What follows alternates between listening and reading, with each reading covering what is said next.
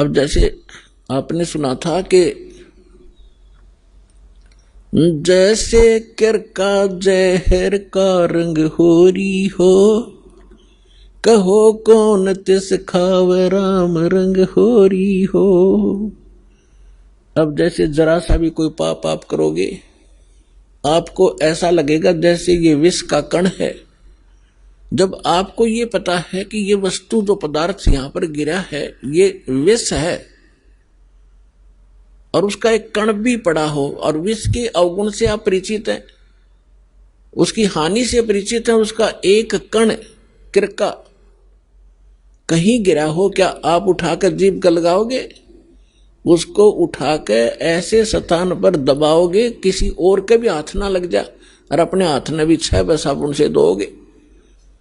तब आपको जब ये ज्ञान होगा कि आप जो क्रियाएं कर रहे हो, एक परमात्मा की भक्ति ना करके 2 नंबर के काम करते हो, मांस खाते हो, शराब पीते हो, हुक्का पीते हो, या और कोई दुराचार करते हो, आपको वो विष का कण दिखाई देगा।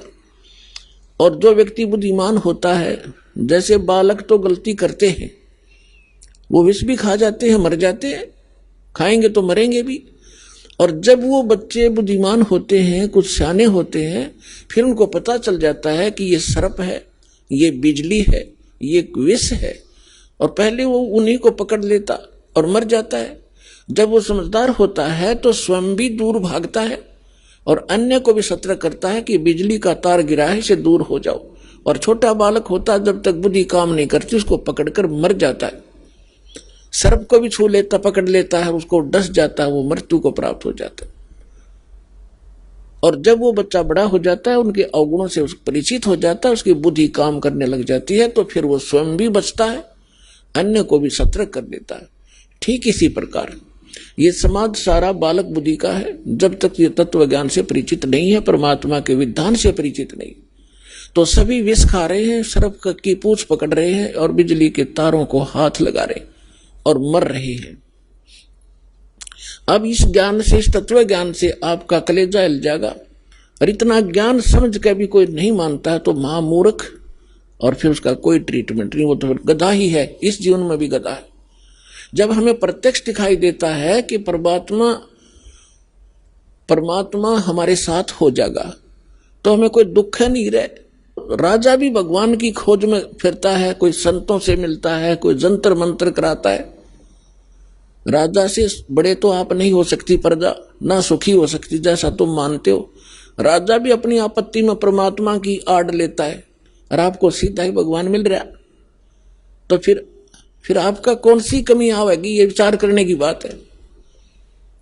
पहले तो दास आपको परमात्मा के विधान और इस ज्ञान से इतना परिपूर्ण कर देगा कि आपके हृदय में ये पक्की बात समा जाएगी कि कबीर इज गॉड, और ये रियलिटी है, वास्तविकता भी है। और फिर ये ऐसा प्रमाणित कर दूंगा कि ये भक्ति है, ये विधि है भक्ति की, और विधि नहीं है। आप बुद्धिमान हो, हमारे पास सदग्रंथ हैं, प्रमाण हैं, जिन महापुरुषों ने ये मंत्र जाप किया उनका उद्धार हुआ, वो मोक्ष हुआ, हम भी मानते हैं ये मुक्ति प्राप्त हुई इनकी। उनके अतिरिक्त कोई मोक्ष प्राप्त प्राणी नहीं है।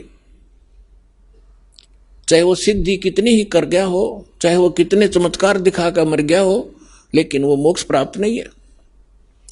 तो फिर कौन सी समस्या रहेगी? फिर मूर्खता की।